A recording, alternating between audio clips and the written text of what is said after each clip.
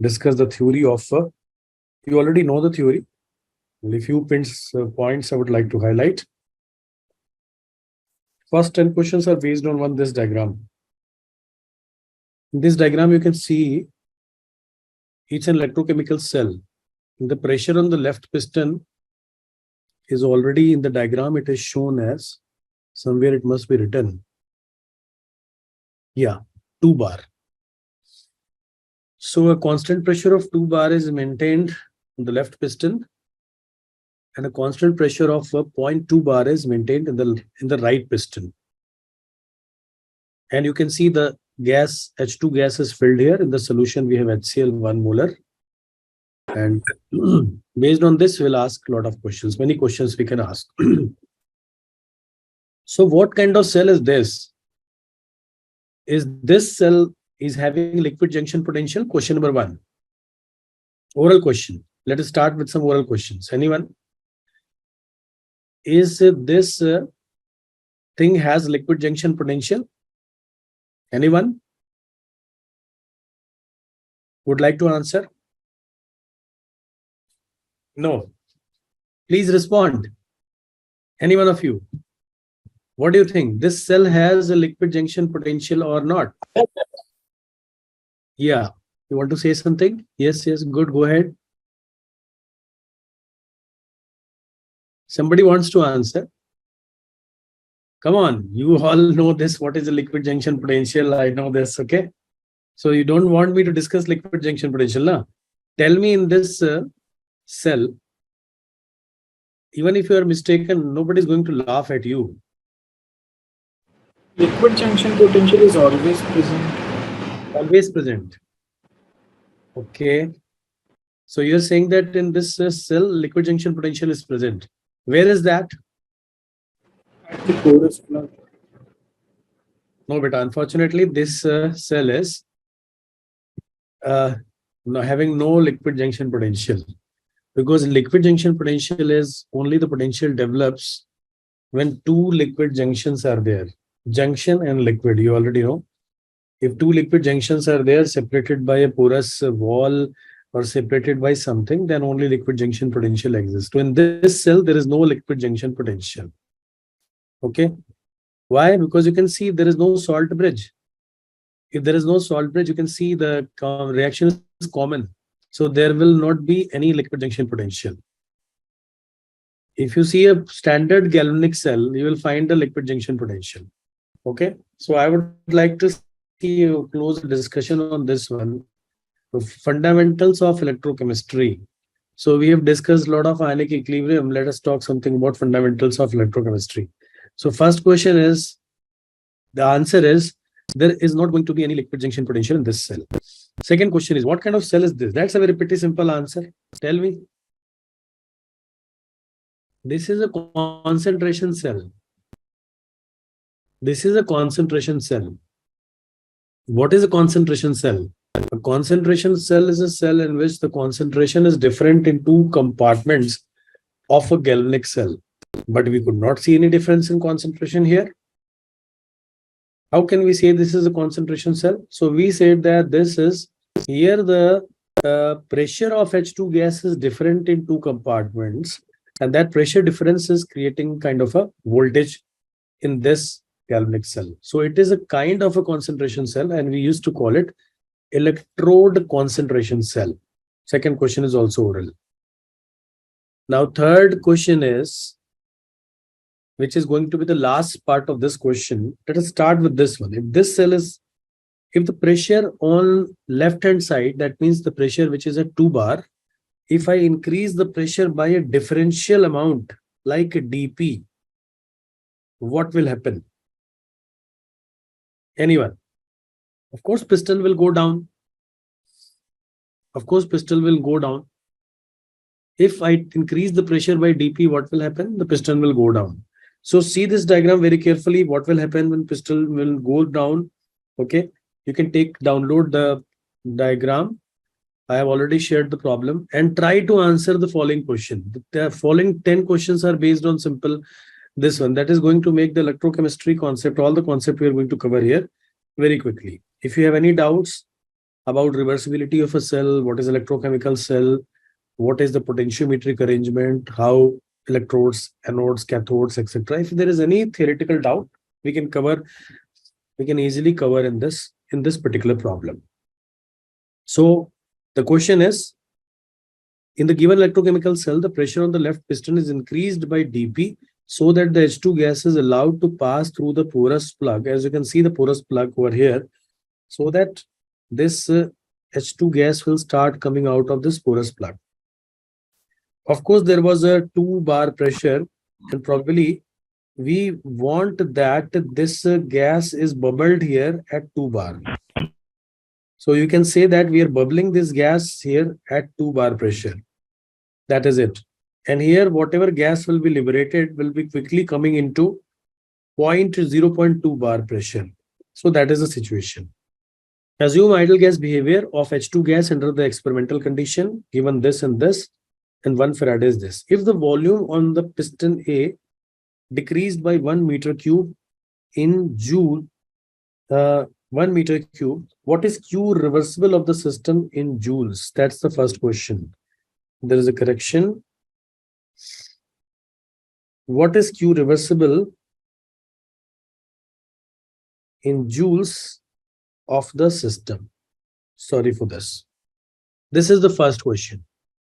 Take your time, solve it, tell me. There will be 10 questions based on this. If the volume of the piston A is decreased by 1 meter cube in the joules, what is the Q reversible of the system? What is the value of delta U of the system when the volume of H2 gas decreased by 1 meter cube in the left compartment in joules?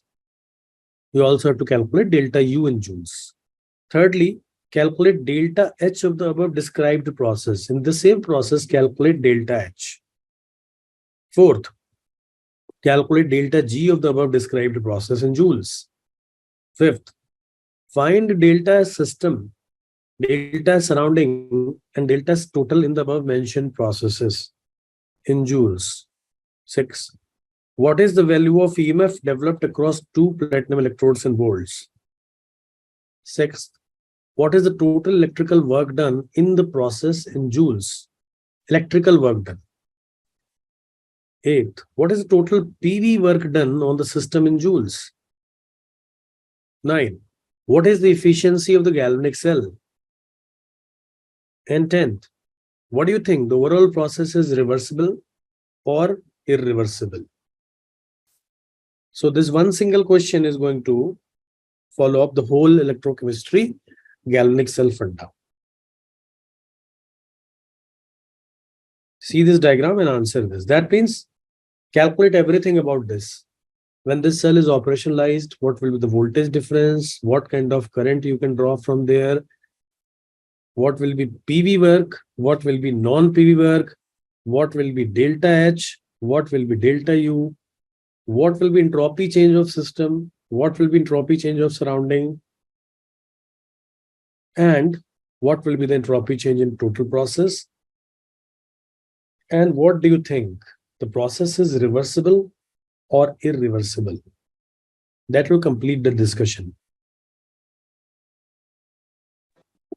So please guide me. If any one of you can guide me, that's fantastic.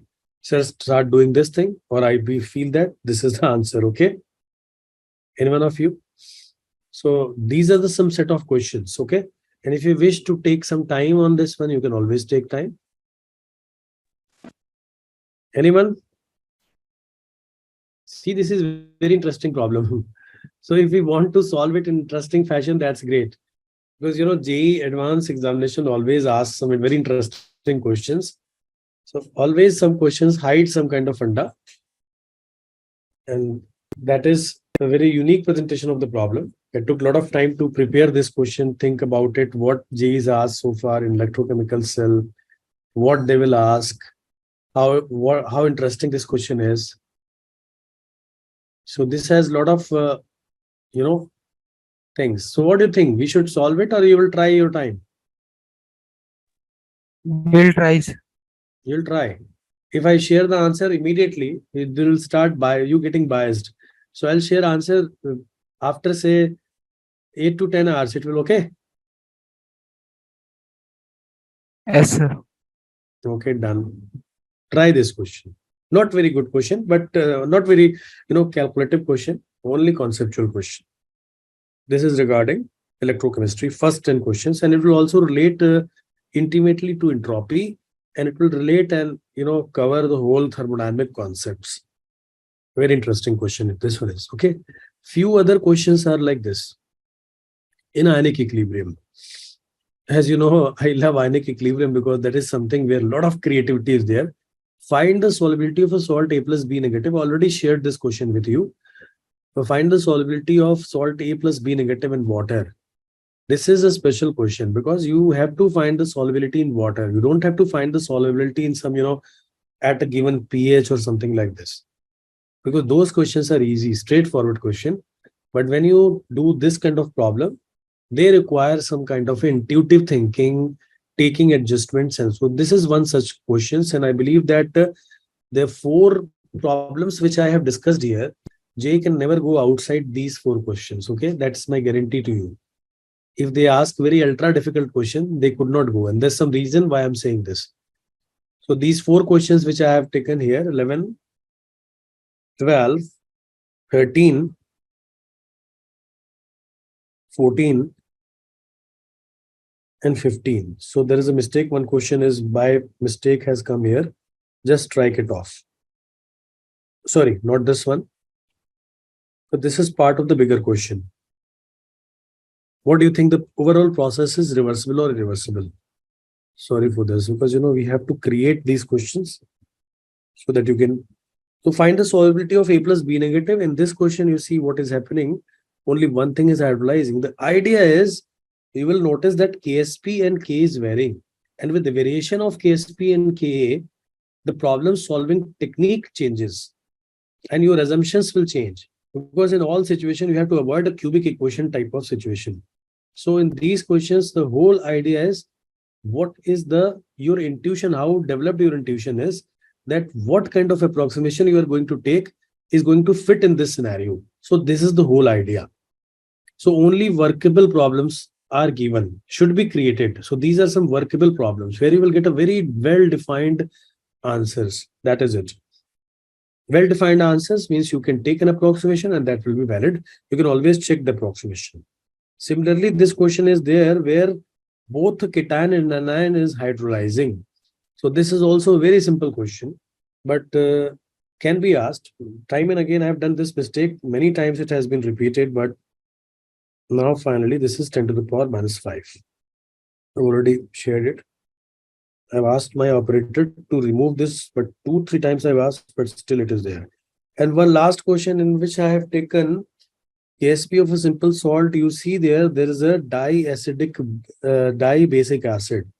So it is going to hydrolyze in 2 steps. It is going to hydrolyze in 2 steps. So that is also, and all the questions here are not requiring, if your approximations are perfect, it's not going to require a lot of calculation. Hardly 3, 4, 5 line solutions are there.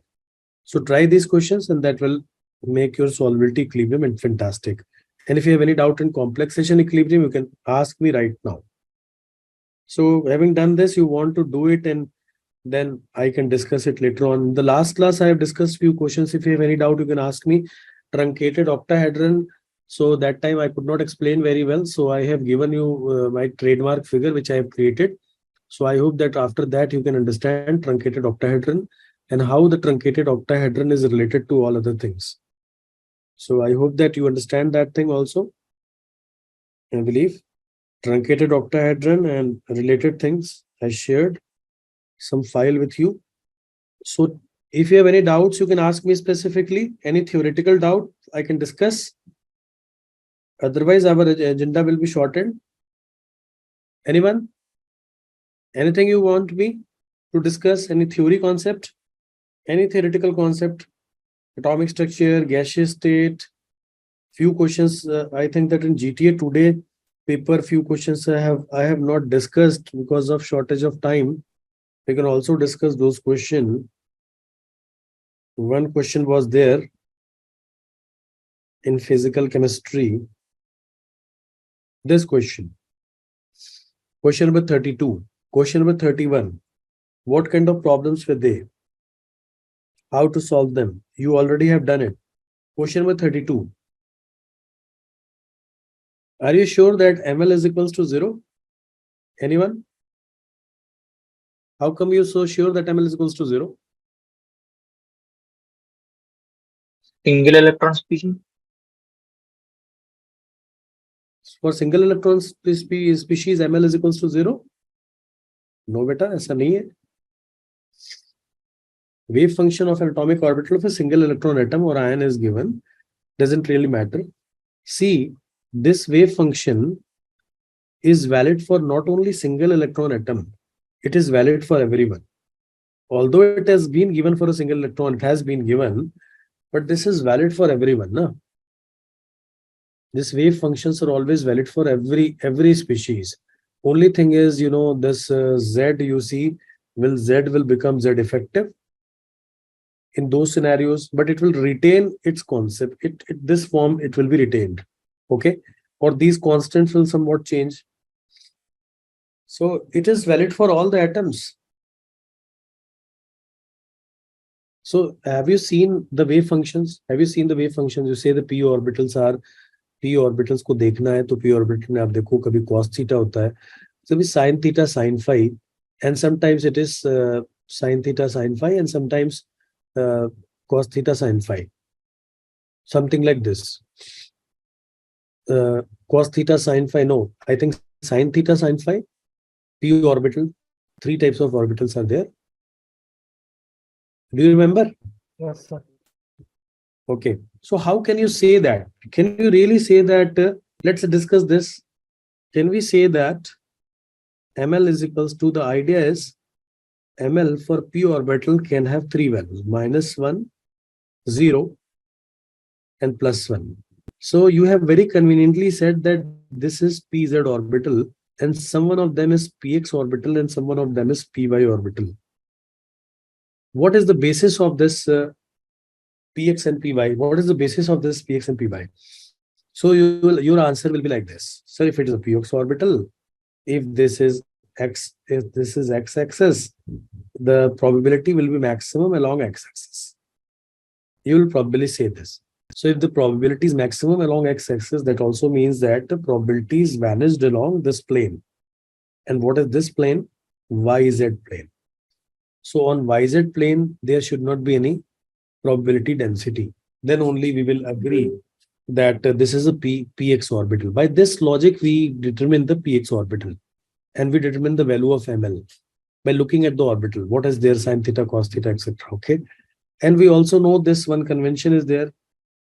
If there is z orbital, this is x orbital, this is y orbital, then there is a convention that this angle theta will be measured from this point, and angle phi will be measured from x-axis, and the phi will be measured in along xy plane.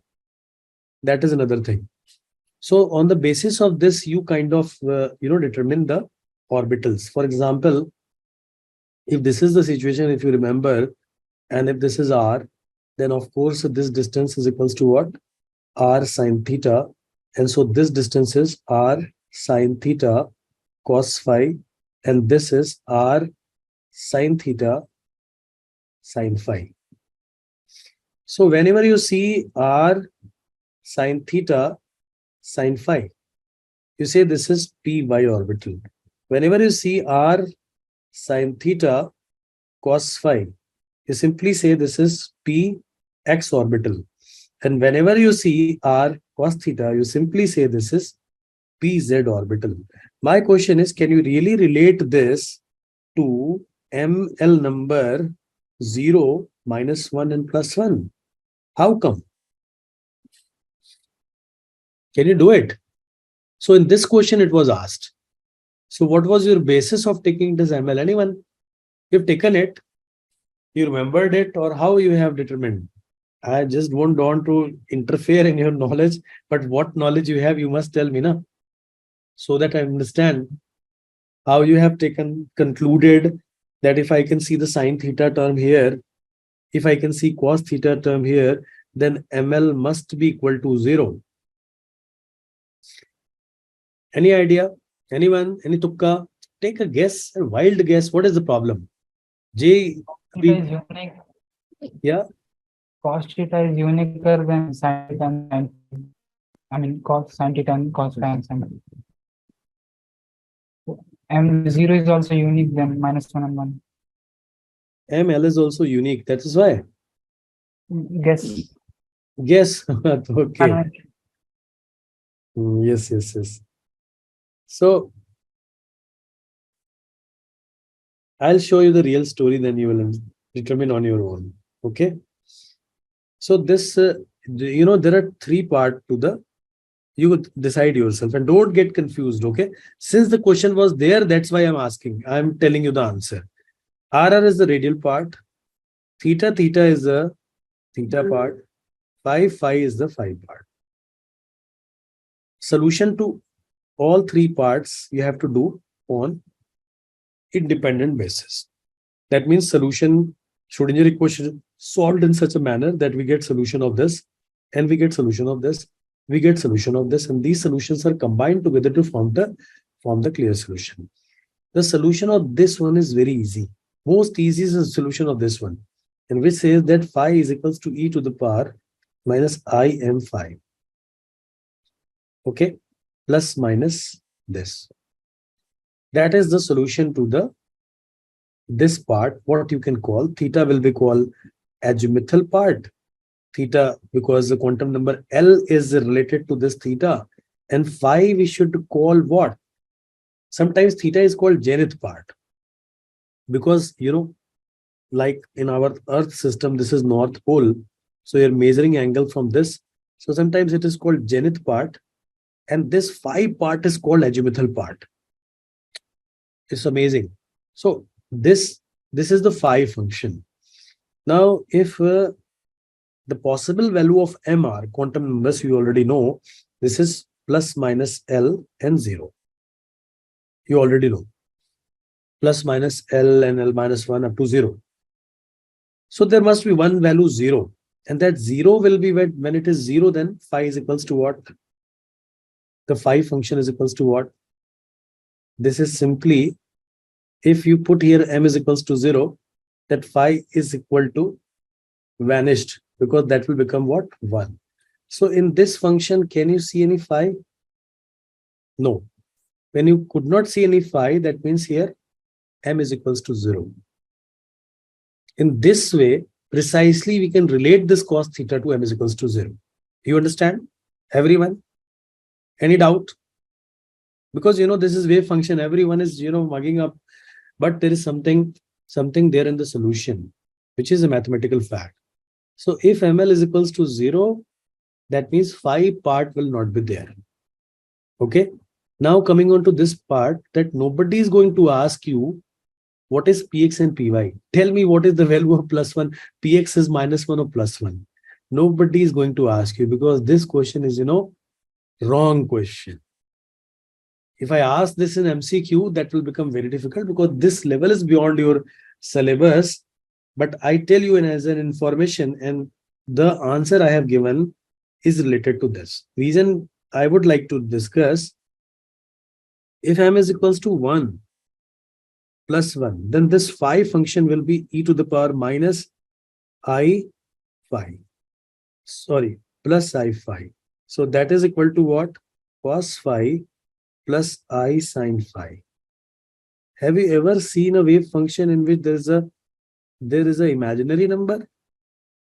No. So in fact, the wave functions are imaginary numbers. In fact, the wave functions are imaginary numbers. Amazing. And when Schrodinger comes up with this idea, it was a hateable idea that time. People say that what you're doing, complex number you're using to getting the answer. But you will be amazed to know that quantum mechanics has made it possible to see that without complex number, you could not explain this quantum world. So they have to deal with this complex number. But luckily they get rid of this complex number. And how you come to know such convenient, real number p orbitals, and also because of this fact that the Schrodinger equation is del square psi upon del x square plus del square psi upon del y square plus del square psi upon del z square is equals to 8 pi square m upon h square E minus V times of psi. That is a second order differential equation. And in second order differential equation, if solution to equation is A and solution to this equation is B, then amazing thing is that A plus xb is also solution to this equation. That is why Schrodinger has chosen this equation, or people has chosen this form. Otherwise, they would have written this equation in many forms. Like you can create a differential equation in many forms. That is why this equation was chosen in such a specific manner. That the one solution, A solution, B solution, then combination of A and B is also solution. If A, B, C is solution, then combination of A, B, and C is all this is solution. And that is why when you carry out the molecular orbitals, you mix all so many orbitals because they resemble those kind of situation. Okay. So this is about the quantum mechanics. Why I'm telling you this story? Why I'm telling you this story? I'm telling you this story because of this fact. Then what happens? If you see if an orbital is, one part is cos theta plus I sine, sorry, phi. Function is like this. Other function is like this. If you take m is equals to plus 1. And if you take m is equals to minus 1, then it will be what? Cos phi minus I sine phi. So what you can do, that was solution A, that was solution B. Make a linear combination of these solutions, A plus B, and that will become 2 cos phi. 2 cos phi, and then this 2 cos phi term will appear in the Schrodinger equation. So you might be noticing it if you see very carefully. So in this way, it could be related. And similarly, another combination is there. If I show you some wave functions, especially you can see here 0, 1, and -1 for py, it has been written. Okay. So cos phi is coming from simple linear combination of +1 and -1, and sin phi is coming. That means these two are doubtful. We could not really say 1 and -1. We could not really say. There is a confusion. Okay. There is a confusion because this is the linear combination of these orbitals which has been created. But now by convention, we say one of them is +1 and one of them is -1. So this is by convention. If you don't know these stories, nobody is going to ask you.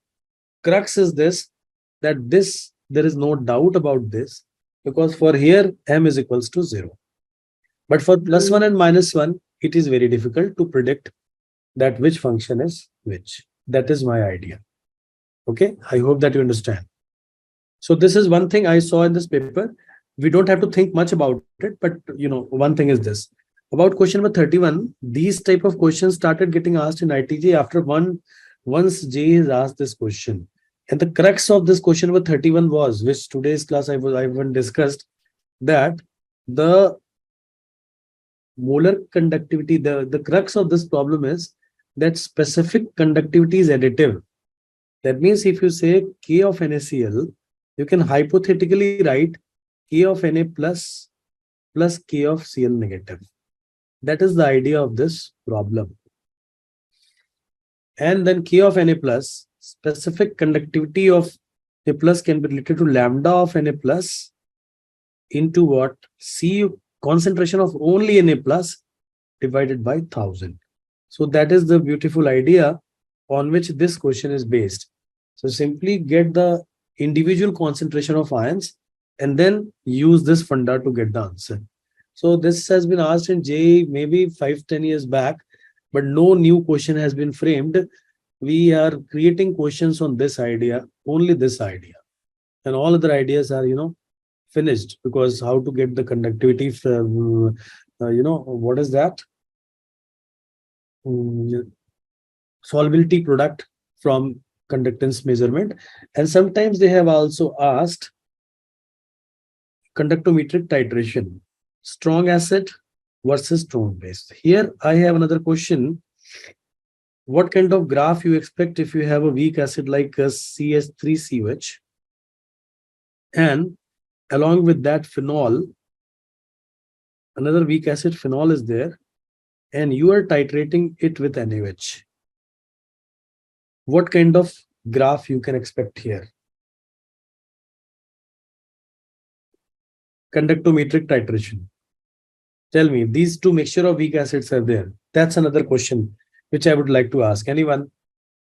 Increasing, so then steep increase. First normal slow increase, then steep increase. First normal increase, then steep increase. Yes, sir. This is how? Yes, sir. But beta, these are two mixtures. Then if it's a mixture, then Okay, fine. Why? Just tell me why. Let me tell you then. Theory of this. This is also related to ionic. So you have CH3COH, you have phenol, and you have Na plus, you have OH negative, and you have nothing like H plus. It is weak acid. Okay. Suppose I have 10 of this, suppose I have 10 of this, and I have added one NaOH into this one. That's initial. One NaOH into this one. What will happen? Of course, this OH negative will combine with what? You tell me. Which is stronger acid? CH3COH. So the next situation will be 9, 10, and this is of course 1, and this is 0. Do you agree that still the number of ions is equals to 20? Initially, you try to increase the ions. Sorry, not ions. I'm so sorry. The number of ions is equals to what? Na plus is 1, and CH3 एक और column बनाना पड़ेगा मुझे. CH3CO negative और एक column और बना लेते हैं. PHO negative phenoxide ion. Okay, so in that situation, this is 1. So number of ions here I will write. Number of ions totally at this situation is Na plus 1, that's 2. When you are adding 2 moles of NaOH, then it will become 2, that will become 0, that will become 10, that will become 8, that will become 2. So number of ions becomes 4. This situation will continue till what time? When CH3COH is completely vanished, it will become 0. At this point, when this will become 0, this will be 10. And this is also 10. And this is also 10. And this is 0. At this point, total number of ions become 20. Steadily number of ions is growing. Afterwards, if you add another NaOH, then it will become 11. This is now 10.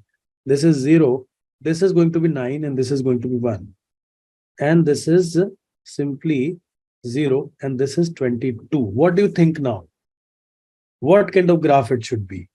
So I tell you, the graph will first increase, then it can go like this, it can go like this. Both way it can go. lower ones. Now it is your intuition. It will go lower or upper. It will depend on what conductivity of phenoxide ion. So what do you think conductivity of phenoxide ion is more? Because what is the reason of increasing? Because ions are adding. But what kind of ions are getting added now? Phenoxide ion. Now phenoxide ion, naturally, it's a big ion. Okay. And as compared to what CH3CO negative ion, our intuition is telling that phenoxide ion should have a lower speed, although that's a very tricky situation. Why? Because in CH3CO negative, there are 2 O negatives. So viscous forces may act more on CH3CO negative. But when it comes to phenoxide ion, that is something water absolutely hates it. So there is no water of solvation. Okay. One negative charge is there, it is getting delocalized, it is not going to be liked by water very much. So at this point of time, chemistry become very critical.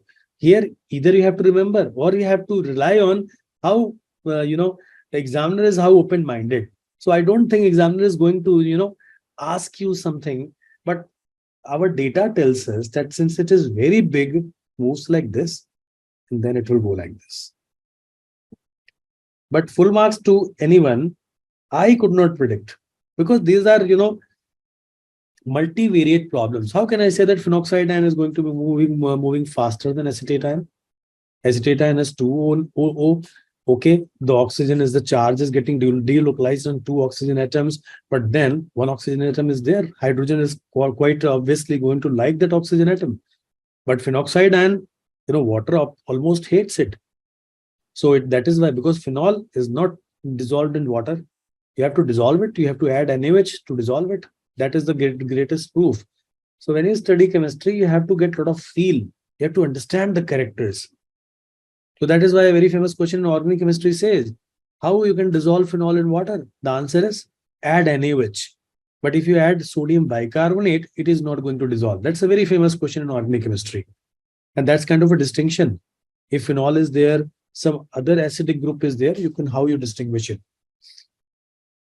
In fact, phenol and benzoic acid, if you want to distinguish, that's the best test. Try to add some NaHCO3. Phenol will not dissolve, but benzoic acid will dissolve. But try to add some NaOH, of course, phenol will dissolve. That's a confirmatory test as far as the solubility is concerned. So this is the answer. Convinced? So this is, yeah. There will be also dissociation of PHOH and acetic acid. Those will also cause the difference. Dissociation of PHOH? No. That is very, very slight. Because these are, okay, you are telling me that when CH3CH was getting titrated, it is getting converted into COH negative. Okay. Okay, tell me, what is the buffer range?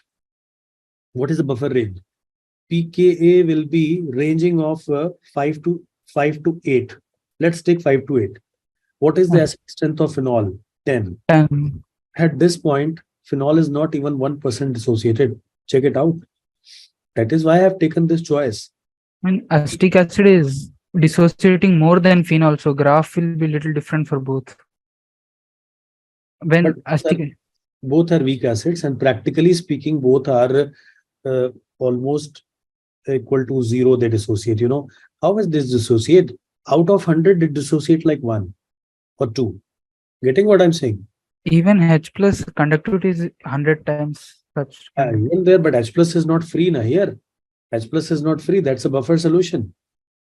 Yes. If H plus free, if free H plus is there, immediately PHO negative will grab it.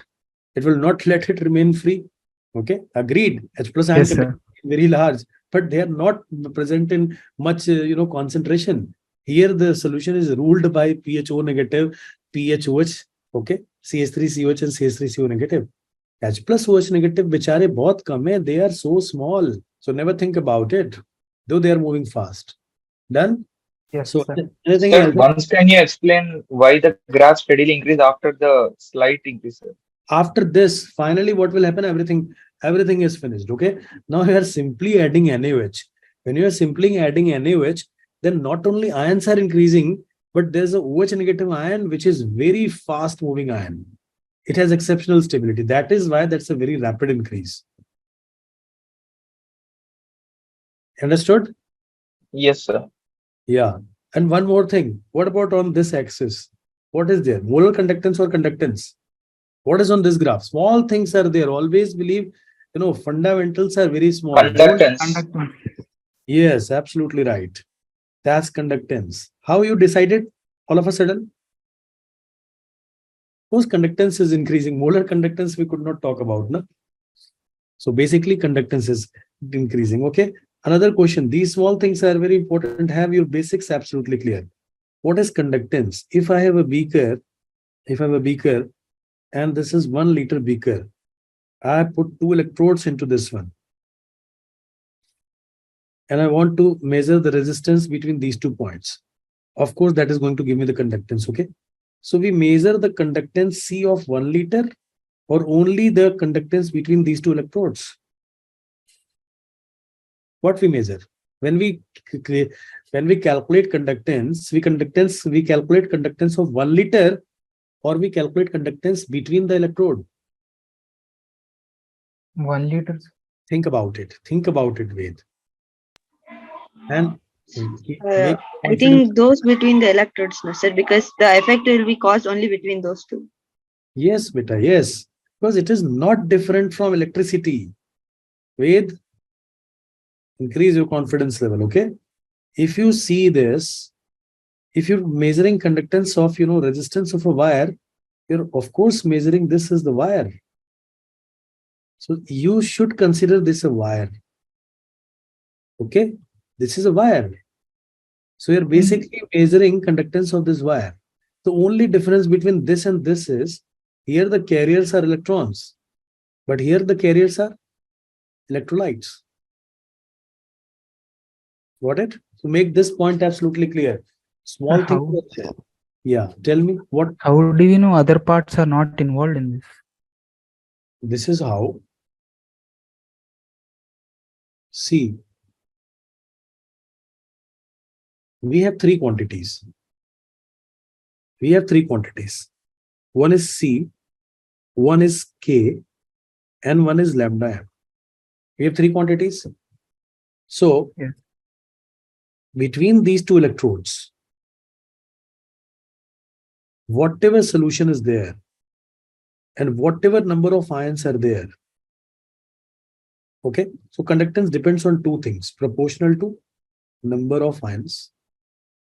Sometimes I start making mistakes. So, conductance of number of ions, and secondly, speed or mobility of ion. Do you understand? Okay.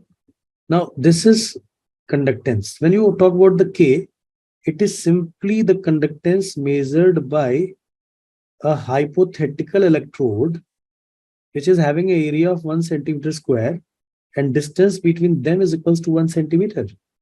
Exactly. So see the correspondence. The formula is, see from the formula, C into cell constant is equals to K. Done? Now do one thing. Dilute the solution. Dilute the solution by a factor of 10. That means the concentration become what? 1 by 10. If the concentration will become 1 by 10 and the speed of the mobility of cations and anions will also increase by the same factor, increase or decrease by same factor, what will happen? This will change by the same factor. This will change by the same factor. Do you agree? Both will change by the same factor. You dilute it. Do you agree or not? Yes, sir. Why? Because conductance is also depending on number of ions. That number of ions becomes what? 1/10. And speed or mobility of ions has increased marginally. Suppose for every ion, speed has increased and becomes 1.2. So what happens? First, the number of atoms were n. Okay. And in 1 cc, how much were there? Suppose small n. So now they become capital N by 10. And the speed factor was first x. Now it is 1.2x. Here, this is small n become n by 10. And the speed factor, same, x 1.2x. So see the fractional change in both is same. So that is why when you dilute a solution, both conductance and conductivity both decreases by same factor. And that is why they look like same. C is equals to K into C into cell constant is equals to K. Do you understand, everyone? That is the idea. So first major thing, keep it in mind. The conductance is between the cell, electrolyte cell, what you're measuring, the electrodes. And that is why you define cell constant. You always say that where to measure conductance, you have to measure the conductance between two defined cells. To make this funda clear, then this chapter, then this portion will also become very clear. This is area, and this is L length, and this is very well defined. You always measure conductance like this. Ask some conceptual questions on this one. If you're a little bit interactive, otherwise I'm not discussing these things. Otherwise, maybe some students have some doubts, and I don't want to cater to this. Now, when the IT examination is 10 days back, till you register yourself, sir, I want to discuss this whole, okay, in the most important fashion. So, C is the conductance, A is the conductance, and lambda m is the conductance. Can anyone tell me what is the correct definition of lambda m? Correct definition. Anyone, please cooperate. Please initiate the dialogue. Molar conductance. You'll say it's the conductivity of 1 mole. I also know this. How it is measured. You know, when you measure conductance or resistance, you have to specify how you are measuring it. What kind of electrodes you are taking, where you are putting the solution. Anyone? How to measure the conductance? Because you have studied networking, you have studied electricity, current electricity. So you obviously have seen in current and electricity, it's very important to describe how you are going to measure the resistance. So similarly, lambda m is what? Molar conductance. That is kind of reciprocal of resistance. How you are going to measure it? What kind of electrodes you take? Anyone? Please, I'm not judging your knowledge. I know you are all performing very well, all the toppers. But some concepts, if I can add, make it simple. That is why these classes are there. If you have any doubts, please ask me and I'll describe it. And for that, you have to respond. How you measure lambda m? Any one of you? Conductance of the hypothetical cell where the area is of unit and the volume in it is 1 liter. Just a minute. Who is telling this? This is a problem that I could not see. Anyway, you tell me. Tell me. Very good. Very good. You're telling me. Please guide me. We have a hypothetical cell of units area. Its electrode is of unit area, Hypothetical cell of unit area. in which we have 1 mole of the electrolyte present. Are they parallel? Avinash, they're not parallel, na? Okay, I tell you then. What is molar conductance? See. Now just make this in your mind absolutely clear. These are two electrodes. We have dipped in a solution.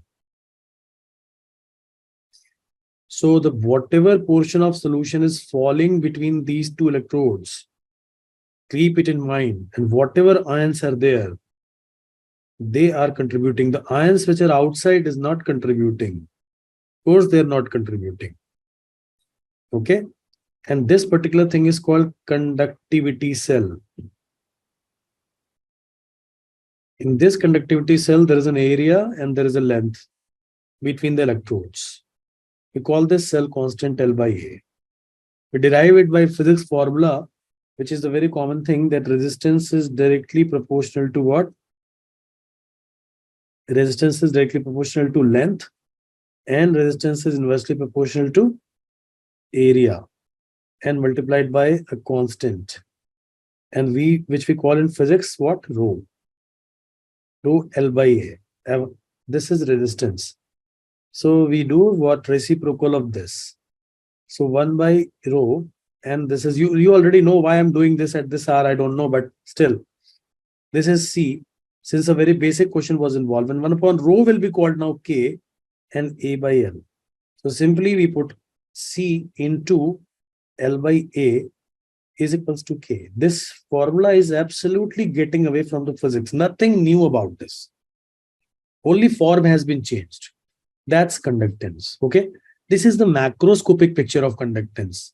This, I have created a macroscopic picture of conductance. Now in physics and chemistry as well, there is always a macroscopic story and a microscopic story. If you are also interested in microscopic story, so C is equals to K divided by cell constant, you can say.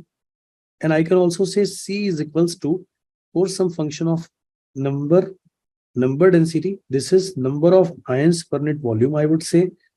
Or more specifically, I can say if the ions are different, I would say N positive into what? Z positive plus N negative into Z negative. That will correspond to the total number of ions. Then some constant should be there. This constant will include viscosity and a lot of other factors, and also the speed of ions. And there must one more factor should be there. Not only the numbers, there should be one more factor. Let's call this lambda plus, and let's call this lambda minus, which will represent the speed, because of course speed is also reality. Speed is also reality. So this is a microscopic picture.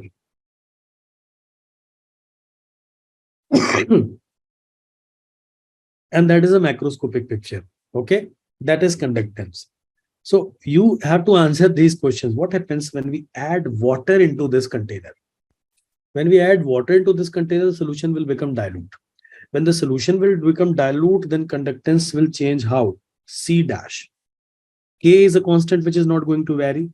but this n plus is going to be n dash plus, z plus is not going to vary, and this lambda plus is going to be varied, plus dash I should write, plus n negative dash, z negative, not going to vary, and lambda negative dash. Do you agree that here n plus dash is less than n plus, but lambda plus dash is greater than lambda plus? That's a unique factor. So in this way, two contradictory things are there, but what will dominate? Definitely n will dominate, because the fractional change in lambda is going to be small, but fractional change in this n is very, very large. So that is why n always rules. N always rules. That means if the numbers are decreasing, no way conductance can increase. Is that clear? So this microscopic picture is making you immensely satisfied. Okay, I'm very sure if you're diluting it, then C dash will definitely be less than C. So this statistical picture has made it clear. Anyone has any doubt? Is that thing absolutely understandable? आगे बढ़ो, मैं अभी conductance बता रहा हूँ. I am just discussing conductance. If you wish, I will also go for the specific conductance and then molar conductance. Okay? Yes, Chalo, sir. yeah. So this is conductance. Two pictures I have shown you, macroscopic and microscopic. Now I will take this macroscopic picture and I will come back after some time. What is this K now? K, specific conductance. It is a hypothetical quantity. It's a hypothetical quantity and a very, very lovely quantity. This is best quantity is K, hypothetical quantity. Here, the distance between them is 1 centimeter. An area is 1 centimeter square. And whatever solution is there in between this, the conductance of this will be called K. Okay, precisely in 1 centimeter square, this is called K. Tell me, please respond. Tell me, can you build this kind of electrode? Such tiny electrodes, 1 centimeter, 1 centimeter. Can you really build, and can you really maintain distance between them 1 centimeter practically? Chemistry is a practical science based on common sense. Answer is no. Such a delicate instrument you could not create. It's a hell lot of a difficult thing to just devise that kind of electrode. Now the question is then how you calculate it? How you calculate this K? So answer is, for this, few set of scientists or very established laboratories have already conducted experiments in very standard sets, and they have taken a solution of KCl at different concentrations, 0.1 m, 0.0111 m, 0.12 m, something like this. And in all these concentrations, they have taken a cell in which they filled KCl, and then a cell which was clearly very well defined. That means its L by A was very clearly defined. So in this way, they have conducted experiments and they have calculated in every data, they have calculated C1. Then they have a very well-defined value of L by A. And from that, they have calculated K1, K2, K3. And believe me, in lab, this data is always provided, standard set of data, through which we can determine this specific conductance. Otherwise, it's a hypothetical quantity. It's a hypothetical quantity. Calculating, unit electrode, to find a unit electrode, distance between them it's a very, very difficult task. So somehow scientists determine this in a separate set of experiment, and this data is always provided. Once this data is provided, you will prepare a KCl solution in lab, and you will try to see it is matching with which one of them. Why it is so? Because it is very difficult to prepare a precise solution. So what you will do, you will make it a random solution. Okay. But you know how much KCl you have to weigh, because weighing is also a very sensitive experiment. If you have decided that I am going to weigh 0.002 milligram, it will be from morning to evening. Sometimes you will measure 0.0021, sometimes you will measure 0023. So what you will do? It's very difficult. So whatever you are getting, you will do this. You will put in water into this one and you will prepare a solution.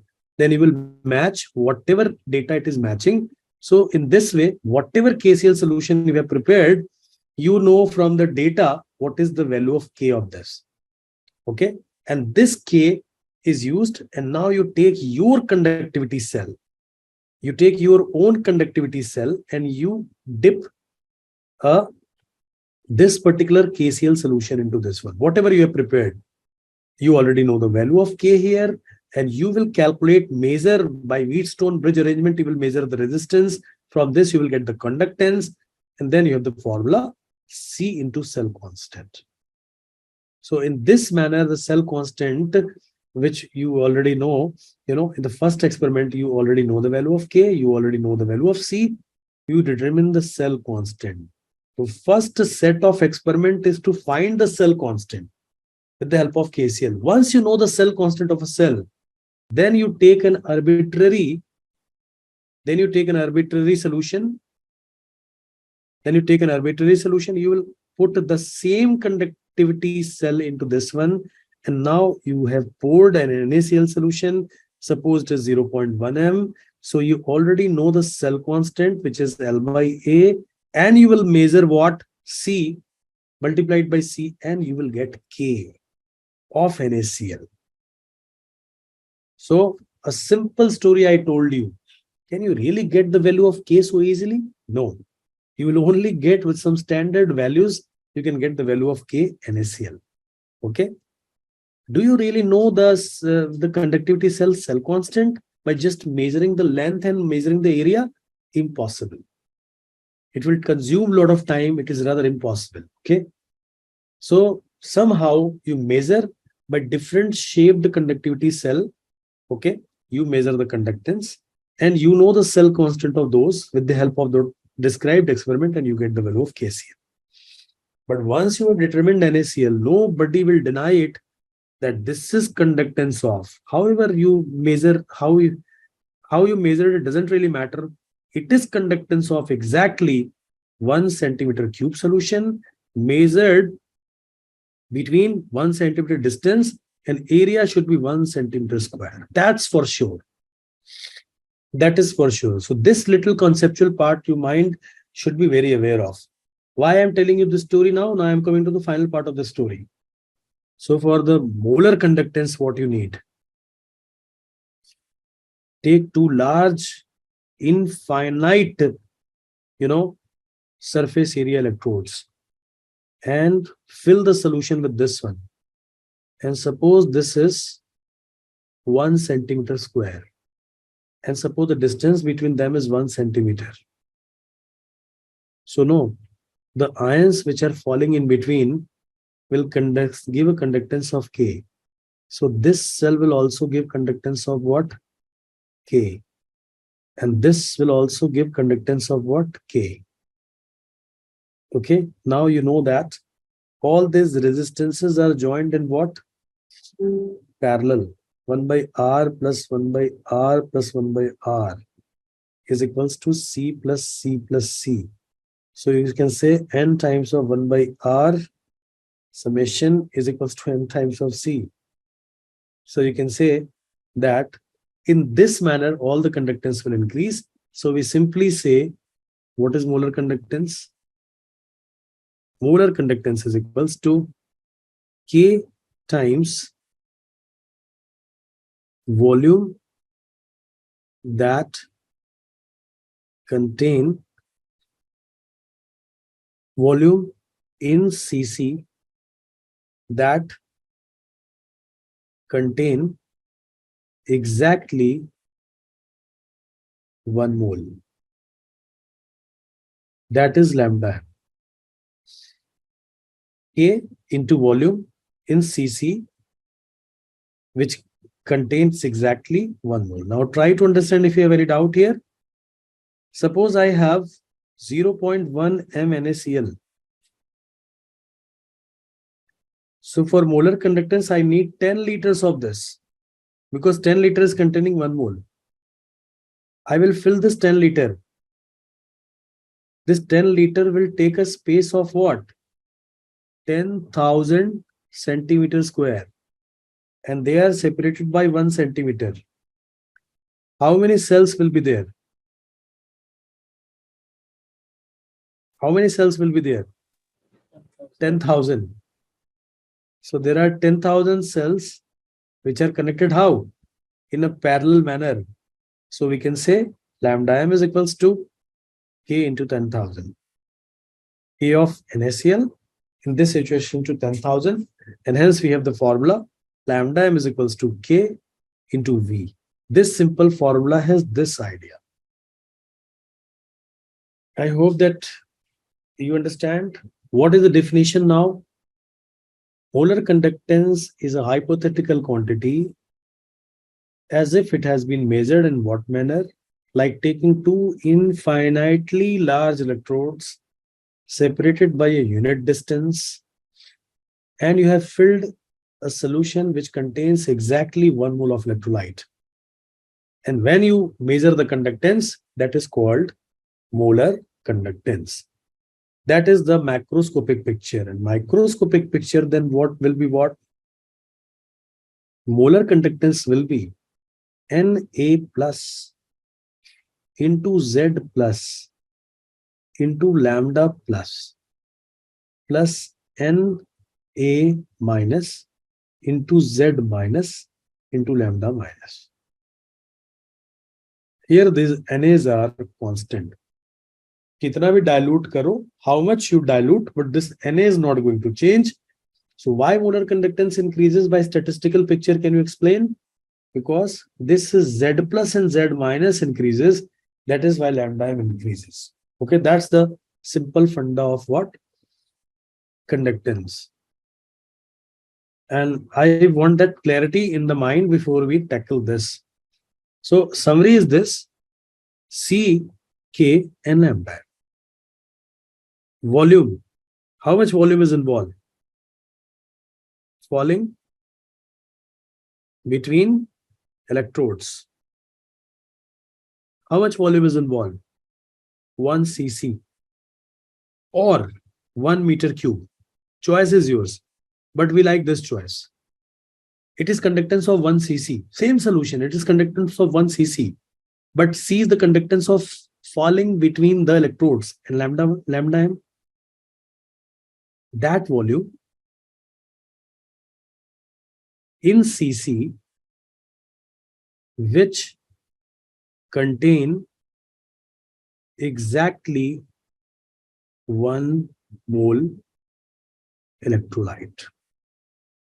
See, this is the summary of conductance. Three quantities. Any doubts, please ask me. Otherwise, I should discuss some other things. नहीं ठीक है, फॉर्मूले से पढ़ लिया था. Anyone? Ved Prakash, not studied or forgot? Forgot. Okay. Because you're so thorough. So now your concept is clear. Yes, sir. It's looking difficult, amazingly. Conductance part, always students want, sir, please revise it. Always they ask for the revision. In so many years of my teaching, I find, because we have to capture it at one go, and that is why we have made a summary of this. Okay, now you really want to test yourself. Start doing what? This is, suppose I am talking up for a particular solution, 0.1 m NaCl. So if we have 0.1 molar NaCl, I want to find the conductance of this. On what factors this conductance will depend?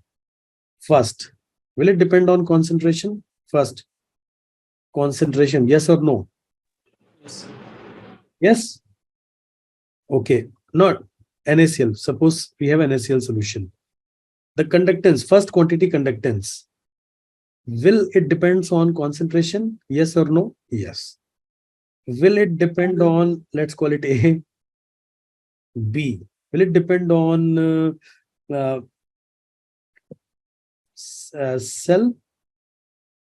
Kind of cell in which you are measuring? Yes, Yes. sir. Yes. Will it depend on the beaker size? No. No, sir. No. And will it depend on the amount of NaCl? Yes. No. Depend on concentration. Concentration and amount. I have to distinguish now. You understand? Or this is confusing? Yes, sir. Understood, sir. Understood? Yeah. So it depends what we mean by amount of NaCl. Are we changing volume or not? How should I put it? It is volume of NaCl I should write. No? Let's change it. Volume of NaCl. Solution. Is it all right now? No. Close to the electrolyte or in the beaker? In the beaker, that's what I'm telling you. If the beaker is very large, doesn't really matter. Important thing is what kind of cell you are taking. If your cell is this tiny sized, you're only going to get conductance in between this now. But number of ions will decrease because of increase in NaCl volume. Okay, then I have to write Concentration is volume increasing. of NaCl solution, keeping concentration constant. Yes. Now what is your answer? No. Now it is no. All right. So first thing is students always think that, sir, if I will take one bucket full of water and I will measure conductance, then more conductance I will get. No, conductance is measured by conductivity cell. Only those electrodes, the solution which is falling in between them. First concept is this is clear. Okay. Now K. Will it depend on concentration? Yes, sir. Yes, sir. Yes. Will it depend on type of conductivity cell? No, sir. No. It is independent of whatever cell you take. So this is one beautiful quantity we get. Doesn't really matter what kind of cell you are taking. It is independent. So this is a better quantity because this is characteristic of NaCl. Otherwise, you're changing the cell and C is changing. That is why C has not a lot of izzat. You know, lot of izzat. K has a lot of izzat. But then why K has a lot of izzat, but still we need lambda m? Because there's a problem. K depends on concentration. In physics, the R was independent of concentration. In physics, this rho was if it is for aluminum, that is constant. It is for copper, it is constant. Until unless you are going to take an alloy, it is constant. But here it is varying on the concentration. That is why we have to devise a new quantity which is called molar conductance. That is why we have to devise a new quantity which is called molar conductance. Now coming on to the molar conductance. Will it depends on concentration? No, sir. Yes. Yes, sir. Okay. Second. Will it depend on cell constant? No. No. It is not going to depend on cell constant. What cell you are going to use measure can have a characteristic value at a given concentration or for a given electrolyte for characteristic value for a given electrolyte. That's most important question. No, sir. Yes, Peter, that is why it is most important. It has a characteristic value for a given electrolyte. When you start decreasing this concentration, then you might have read this na lambda m by root C. That touches it and you get what? Lambda m naught. What is this? It is characteristic. At zero concentration means what? Practically very low concentration. You have a well-defined value of lambda m. And that thing is not possible for K and C. Can you imagine that for NaCl, there is some characteristic value of K? No. There could not be any characteristic value of K, because if keep on decreasing the concentration, take the statistical picture, keep on decreasing the concentration and K will decrease. Eventually, it will become 0. So at a very dilute situation, K will tend towards 0. But lambda M is not going to tend to 0. It is going to have a characteristic value. Now, at this point, if you have any confusion, I'll tell you statistical picture. That is why we have created it. What was lambda M? There was Na plus into Z plus into lambda M plus Na minus into Z minus into lambda M minus. And what about K? That was N, italics N, but not Na, plus into Z plus into lambda M plus N minus into Z minus into lambda M minus. See this. This N plus and N minus can tend towards what? 0. But this Na is not going to change, because you're measuring molar conductance now. You'll always take Na amounts of cations and anions. So only thing is this is going to vary. And this steadily increases. So lambda M not tends to 0. It started increasing. And at very dilute concentration, that attains a characteristic value. So that is the difference. Can have a characteristic value for a given electrolyte. That's the beauty of this whole topic. What? By measuring conductance, you're commenting on sodium. You're commenting on that sodium is moving slower than potassium. Cannot you think about it? By measuring this, hypothetical resistance and all this quantity, applying your brain and analyzing this, we say that, what statement we say? We say that lambda M of KCl naught is more than lambda M naught of NaCl. Now, we also from Kohlrausch law, we know lambda M naught of this, lambda M naught of K plus lambda M naught of Cl minus is greater than lambda M naught of Na plus lambda M naught of Cl minus. Cancel it out. So by measuring this small, doing this measuring resistance, seeing the variation of concentration with molar conductance with concentration, you are finding out this. That's the beauty of chemical thought. From macroscopic picture to microscopic accountability. So you have this account that K plus moves faster than Na plus.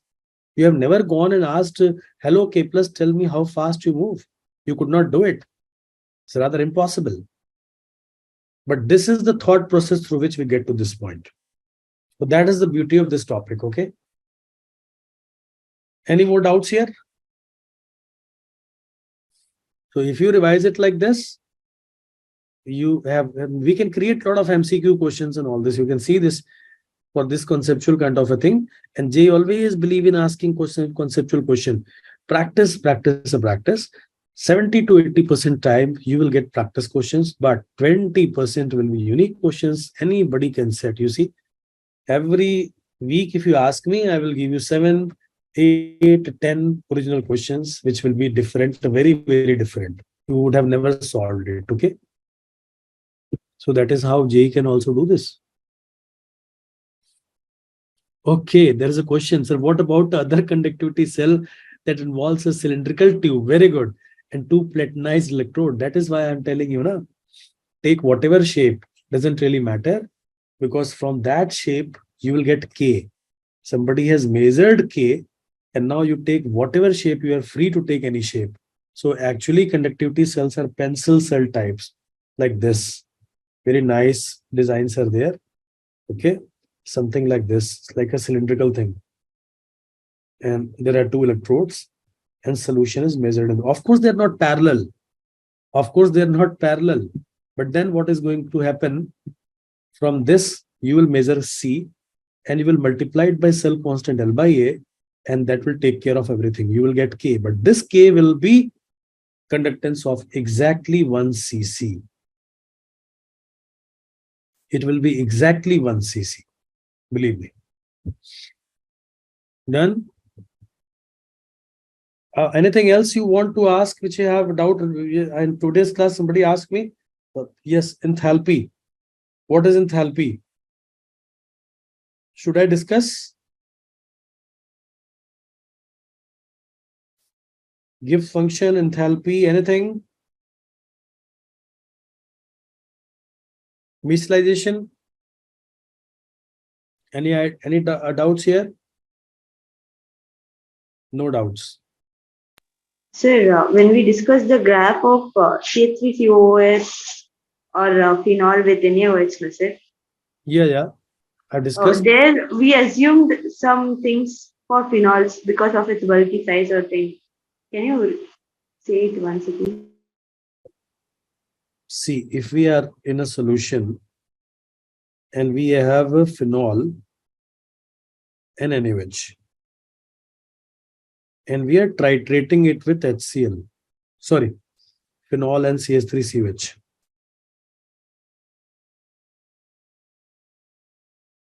It is reacting with OH negative. First, OH negative will react with this. And suppose I have CH3COOH plus OH negative. This reaction I would like to write. Suppose I have a 0.1 of this. And I have added 0.02 of this. 0.02 is a very large quantity, you know. I will assume that 100% reaction has taken place. This will become 0.08. This will become 0. This will become 0.02. Of course, it is not 0. In this situation, there will be some OH negative which is coming from some place. Of course, from where it will come, you know. If the solution is acidic, still if it is acidic, it is coming from water. Don't worry, it is not going to be 0. We will assume this and we will find the pH. Let us find the pH. Suppose the equilibrium constant of CH3COH is equals to, simplify, 10 to the power minus 5. So, right now H plus concentration is equals to what? H plus concentration is equals to K into CH3COH concentration, which is 0.08 divided by 0.02. So, which is 4 into 10 to the power minus 5. You have added 0.02 mole of OH negative. They are quickly consumed. And this many H plus ion is there. And this means that OH negative is how much? 1 by 4 into 10 to the power minus 9. Which is, you can verify, it is 2.5 into 10 to the power minus 10. Where they have gone? 0.02. What is left? Only this. Now, in this situation, how much phenol is dissociated? Let us also calculate this. The K of this is 10 to the power minus 10. So at this pH, 10 to the power minus 10 is the K of this divided by, let us write the equilibrium H plus ion concentration, which is 4 into 10 to the power minus 5 is equals to PHO negative upon PHOH concentration.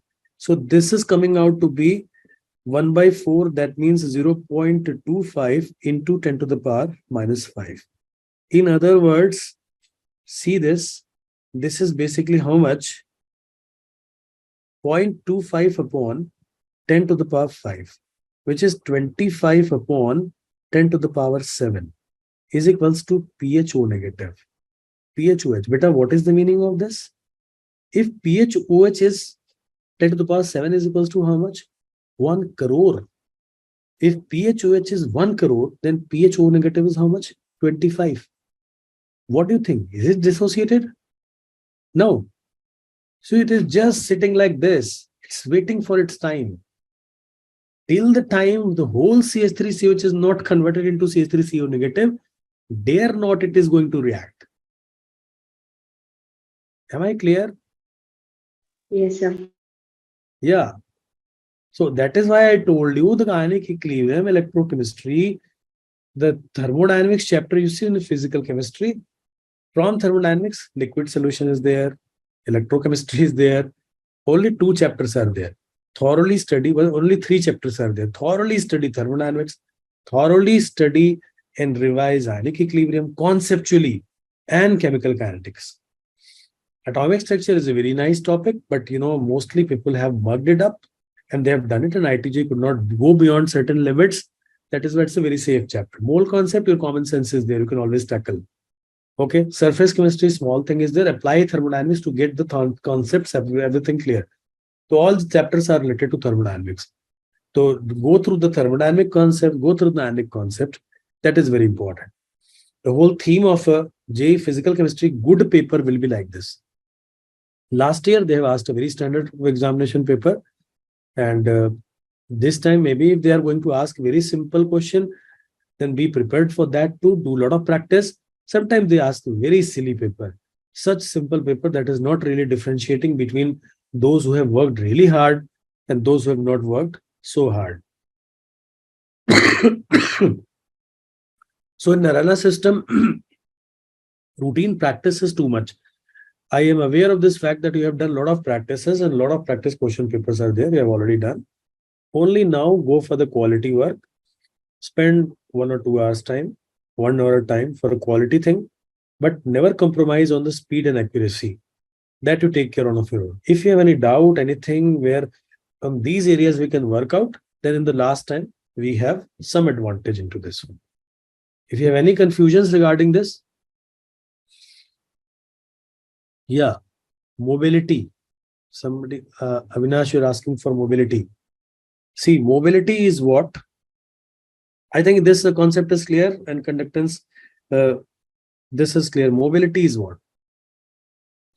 See, speed has no meaning in solutions, because if electric field has more strength, then of course speed will go on increasing. So we have to fix the electric field to find the speed. So that is why speed is defined as speed. Suppose V positive is the speed divided by electric field strength. And we very well know that electric field strength can also be in uniform electric field. We can write it V by T. What is V? Voltage between these two terminals. And what is D? Distance between these two parallel plates. So we say that speed divided by potential gradient.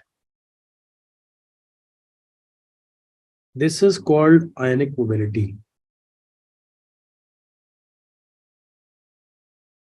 So hardly in any of your books you will get reference of this. So ionic mobility will be this U positive and U negative. These two terms are reserved for ionic mobility of cations and anions. Guess what? It will depend on what? Of course, ionic mobility is related to what? Speed. Speed is related to the molar conductance, which you get it from some other sources. So a derivation is a very beautiful derivation, but if you don't want to do derivation, you can do the dimensional analysis. So U plus is equals to lambda plus upon Z plus into F. You can do the dimensional analysis to get this relationship. Okay. My advice is to always go for the dimensional analysis. Otherwise, you want to take the challenge, then devise a, this thing, but then it will become a physics problem to find the mobility. Define a container of volume V, put a solution of concentration C here, divide the distance is equals to say L, and then speed is suppose some speed you must be measuring, and suppose you take speed, this is anionic part, this is cationic part. So the cation is suppose moving with certain speed towards this side. This cation must have some speed V plus. So the usual thing is take this distance is equals to V plus. Whatever cations are there, they will definitely reach here in unit time.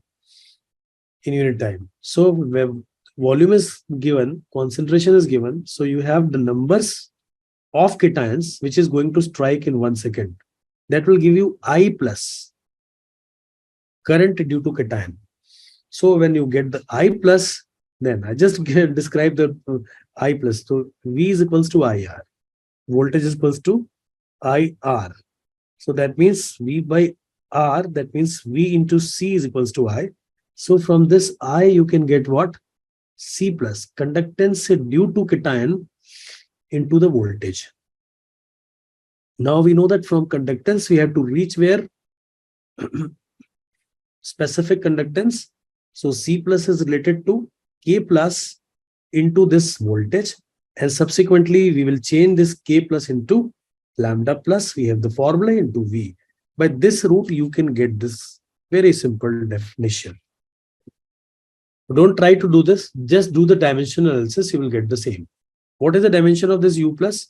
If the speed is in centimeters or meters per second divided by voltage gradient, that means volt per meter. So that is coming out to be meter square volt second. Try to see that, is it also the same? What is the unit of F? Unit of F is coulombs per mole. Yeah, coulombs per mole. Coulombs per mole. Lambda, what is the unit? Do you remember? Ohm inverse, centimeter square, mole inverse. So this mole inverse will cancel. Now ohm inverse, of course, that is going to convert into what? Conductance. And sorry, ohm inverse is going to be ohm and ohm. From ohm you can do this thing. Okay, I think you can do better than this. Please verify. Are you getting the same dimensions both sides? Otherwise, this is the way you can do it, by using very simple definition of conductance. Now in ITJ syllabus, this ionic mobility has rarely been asked, but if they ask it, that will be a very unique thing. Just remember this formula. U plus is equals to lambda plus Z plus into F. Take care of the dimensions. That's very important. Anything else? So try the questions. Yeah. Please try to... Exactly. What? Sir, in the microscopic derivation of conductance, Yeah. what is the Z plus and Z minus, sir? Z plus and Z minus is the charge on the ions. Okay, sir. They are very important, because if they are more, that means that their speed is going to be more. You know why? Because when you accelerate them in the electric field, if the density is more, they are definitely going to have much bigger ionic mobilities. And that is why you notice that the ionic mobilities of sulfate ion or phosphate ions are very large. So sometimes they can even ask you, ionic mobility, greater the charge on an ion, that is also a very important factor for the ionic mobility. But here it is in denominator, na? No, sir, in the derivations. Yeah, in the derivation. So you're clear what I'm saying? Yes, sir. So develop this microscopic and macroscopic picture, that will help. But that is it. So once ITJ has asked that question, and now that question is become a benchmark, a very nice question, where first time they thought that K is additive. Students really don't think about it. That's a very good question. Now we have to see what kind of question they are going to ask in conductance. Maybe ionic mobility sometimes, because that is a very important quantity in higher physical chemistry. Very, very important. So I've discussed something about this, but don't research. Make your mind click. You have very good practice and you're doing well. So no overthinking, but few concepts should be clear. Anything else? If you want to know about over voltage, etc., if you have any doubts, you can also always ask me in the next class. Please clear with your doubts. Okay. If any theoretical doubt is there, please share with me. Then this time can be utilized. And I will also enjoy the sessions. Okay. So try these questions. That's a very nice question. I have given you electrochemistry. In next week, I will also create few more questions. And I'm very happy that many times questions which I have predicted as it is come into the J examination, especially in ionic equilibrium and solid state many times. Maybe this time this electrochemistry problem is also a very important problem, because this is containing a message. If you try well, you'll find that. So maybe in these questions, if we can 2 or 3 very good questions that can create a difference, then I will be very happy. Diamond and graphite questions you have already done. I think phase rule and all this. Can you repeat, sir? Diamond and graphite conversion processes. Somebody asked me today's standard state. Now I'll quickly discuss also that thing. Standard state, because sometimes you have a lot of confusion in standard state. I forgot. Yeah. See, there is a huge amount of confusion even in the definition of enthalpy. Please behold, if a reaction is there, N2 plus 3H2 changing into twice NH3. If I ask you, what is enthalpy of this reaction? Then somebody will say that, sir, N2 gas was there, H2 gas was there. After some time, only NH3 gas is there.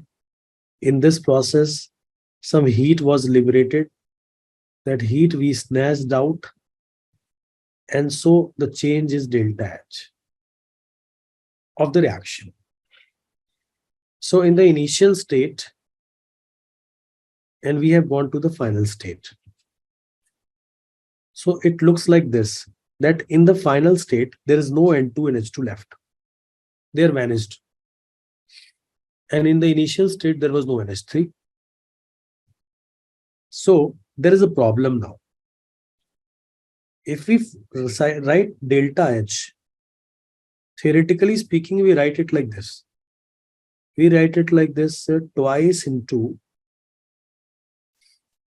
molar enthalpy of NH3 minus molar enthalpy of N2 minus thrice molar enthalpy of H2.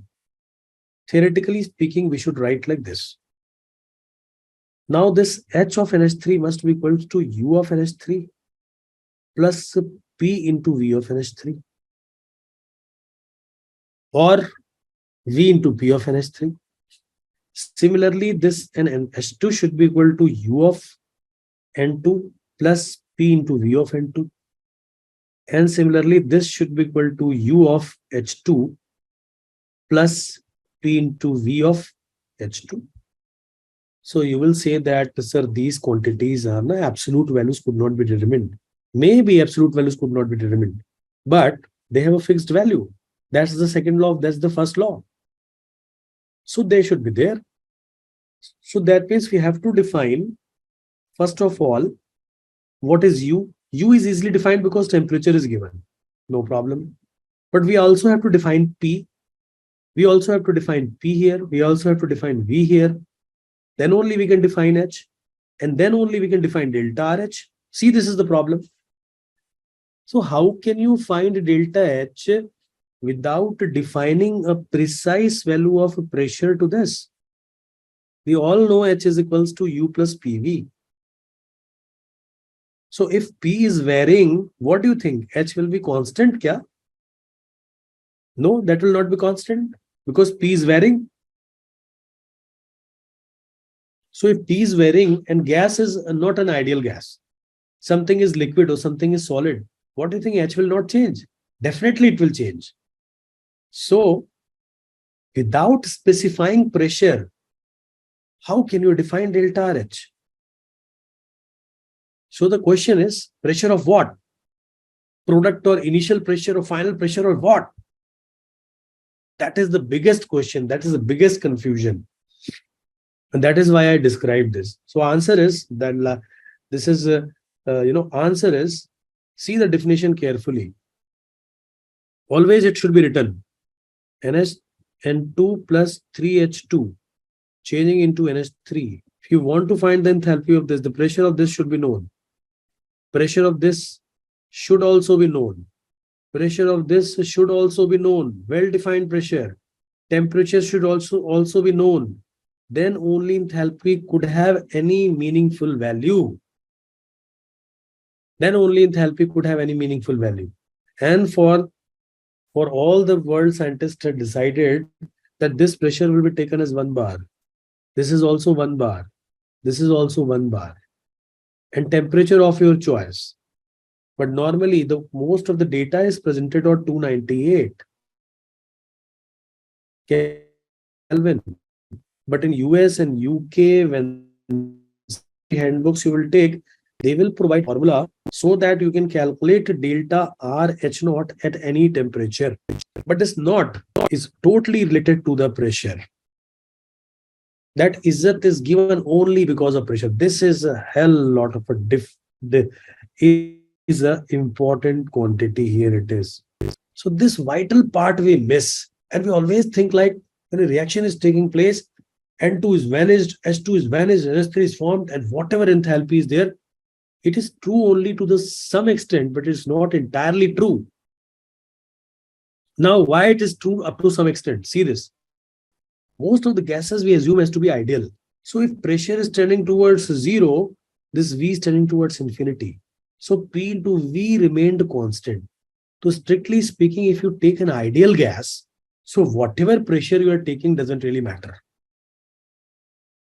So that is only for the ideal gas that you can say that you don't define pressure doesn't really matter.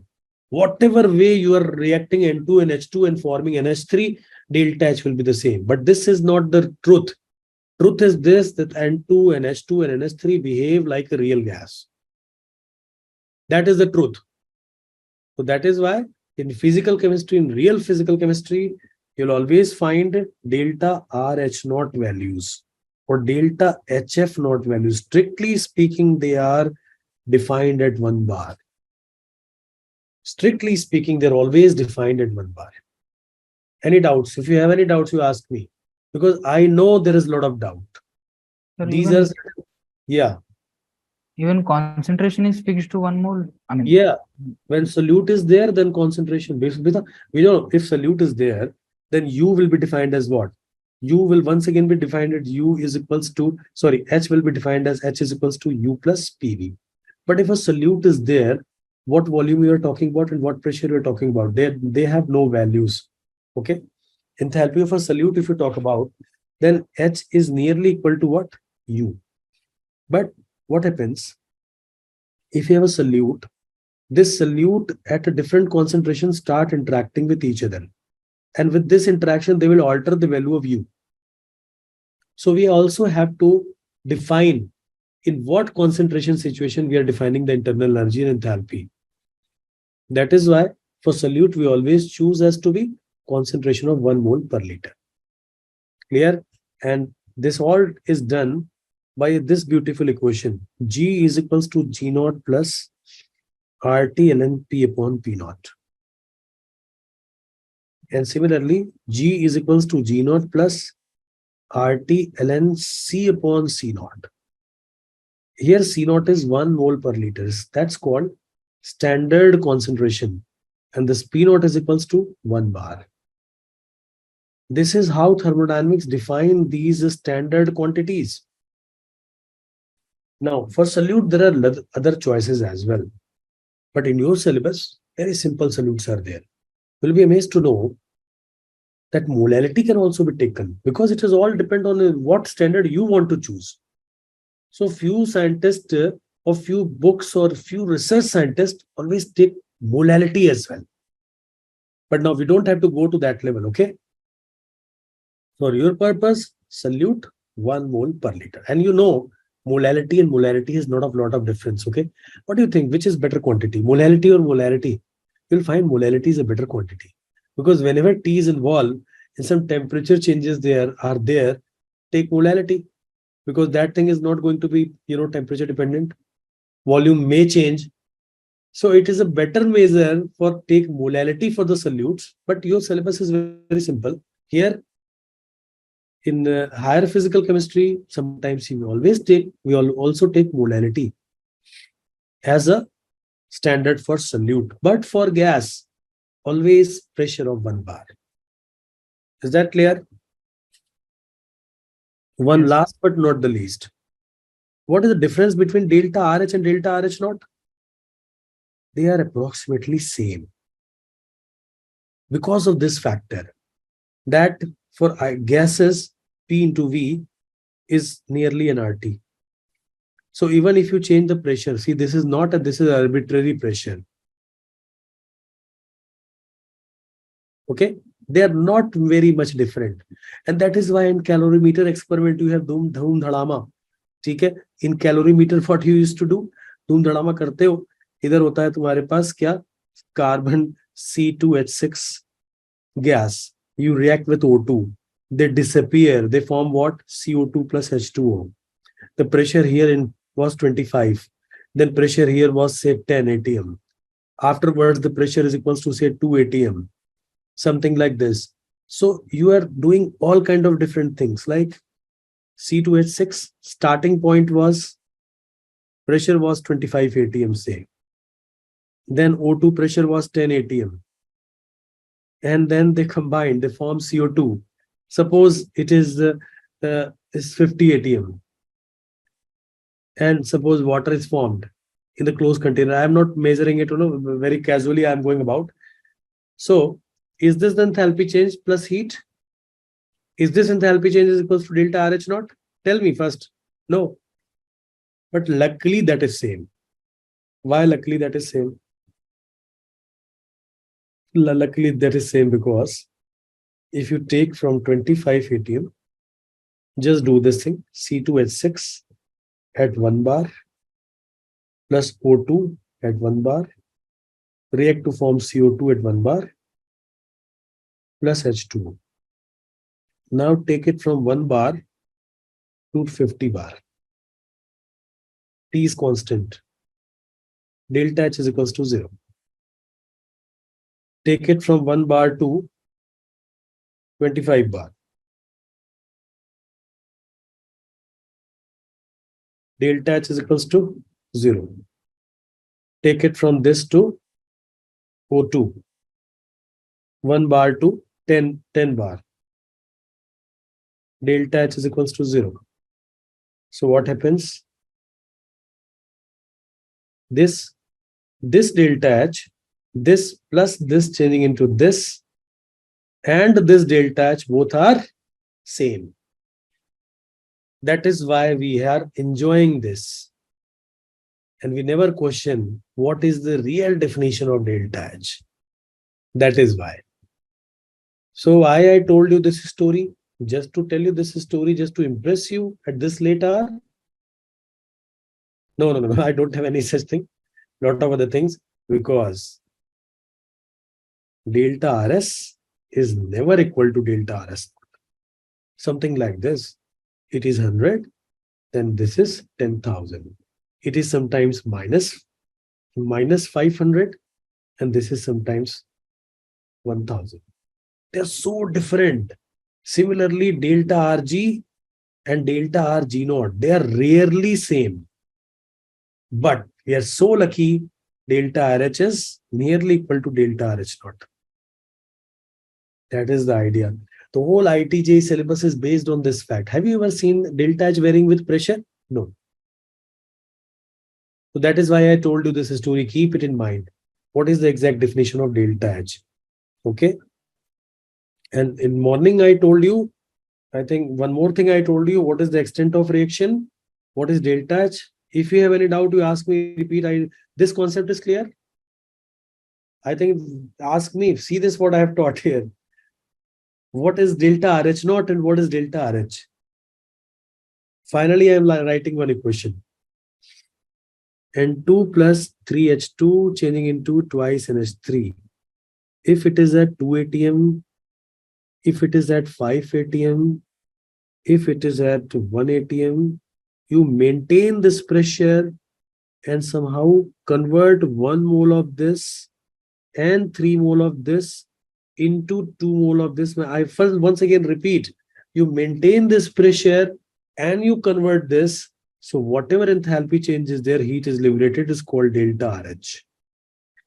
But if N2 is there, 3H2 is there, you are making twice NH3 by this equation. If it is 1 bar, if it is 1 bar, if it is 1 bar, you maintain this pressure, and in maintaining this pressure, you are taking minus 1 mole of this, minus 3 mole of this, and converting in 2 moles of this in this process, whatever QP is liberated is delta RH naught. This is the fact. That's what I was telling you. So how many values of delta RH is possible?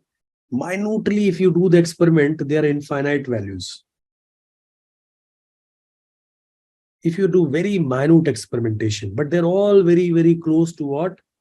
Delta RH naught. And if the gas is ideal, then delta RH is always equals to delta RH naught. Kahani khatam. But if gas is showing significant real behavior and a very high pressure is there, they can differ considerably. That was the idea. Is that concept clear to everyone? Have I not confused you? Clear? Everyone? Is that clear? Sir, Yes. for a reaction, if we started with 2 moles of N2, we Hmm. calculated the delta H. Now, Hmm. when we say delta H naught, we divide that delta H by 2 or same.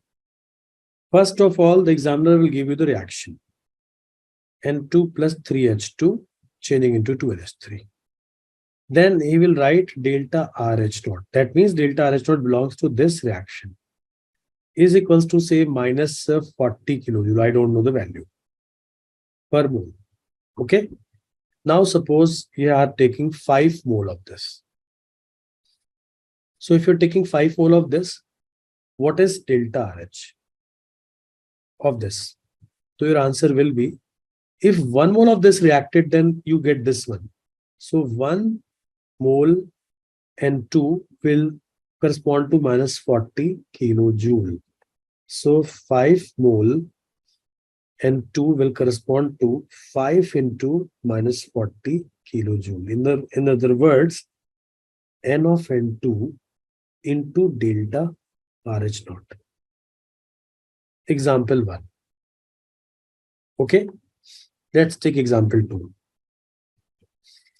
Suppose I have 2 moles of A gas plus 3 moles of B gas changing into 4 moles of C gas. And delta RH naught is equals to minus 100 kilojoules. And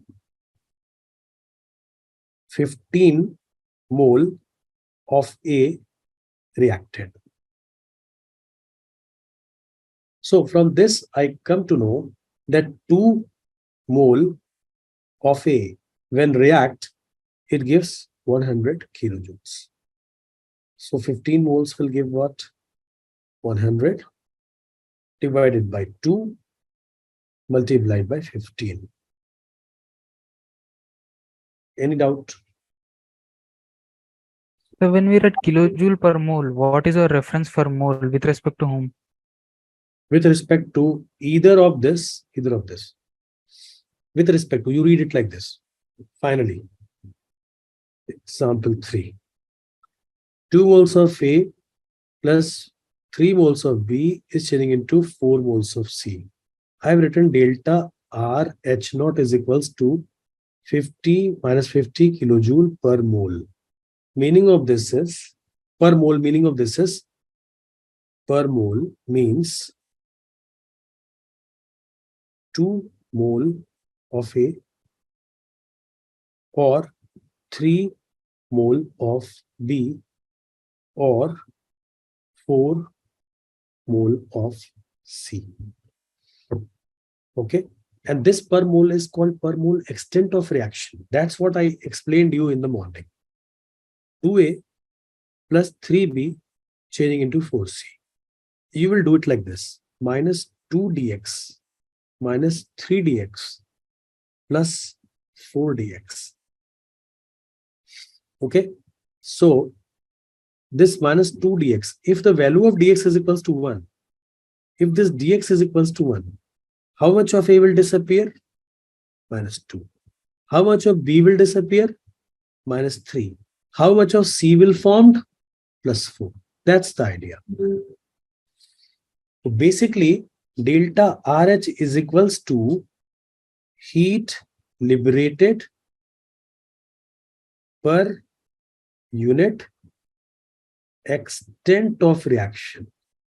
And the Unit of extent of reaction is mole. That is why it looks like kilojoule per mole. Understood? Yes, sir. Sir, Yes. does this apply also for the volume if pressure and temperature are constant? Once again, please repeat. Sir, does this apply same for the volume if the pressure and temperature are constant? Yes, yes, yes. Everywhere. You want to say that if it is a delta U, 2A plus 3B changing into 4C. If you are writing delta RU, so this reaction is taking place at constant temperature and volume. Okay. Some heat is liberated, QV is liberated. Same you will apply here. And I understand why you are getting into this one. I created such there Sara question I created there in the Bansal classes. So I remember that time. So for a long time, I have taken students have not taken interest in this, but here I'm finding it that you are taking interest in this one. I've created many questions and a question bank on this same concept because students always do this mistake. Okay. So same question same here as it's applied. Okay. And if you once again, if you're not clear, let me tell you. Suppose minus 2 dx has disappeared and u of a is equals to ua multiplied by ua minus 3 dx multiplied by ub. What is ua? Internal energy at under these temperature and volume conditions. And it will be 4 dx plus and uc. What is uc? At this particular instant, the value of internal energy for the C. So what is the net change in internal energy? That is equal to you add all these quantities. Common is what? Dx minus 2 ua minus 3 ub plus 4 uc. Identify what is this quantity is. That's nothing but delta RU.